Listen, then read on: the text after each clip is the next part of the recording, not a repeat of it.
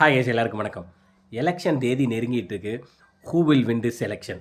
ஒரு பக்கம் 20 கூட்டணி கொண்ட டிஎம்கே, இன்னொரு பக்கம் 20 கூட்டணி கொண்ட ஏடிஎம்கே. 15 வருஷமாக சிங்கிள் ஹேண்டாக போராடிட்டு இருக்க நாம் தமிழர் கட்சி என்டிகே அரசியல் களத்தில் புதுசாக உள்ளே வந்து சாதிச்சு காட்டுவோம் அப்படின்னு சொல்கிற டிவிகே. இந்த 4 கட்சியில் யார் ஜெயிப்பாங்கன்னு நினைக்கிறத கமெண்ட்டில் சொல்லுங்கள்.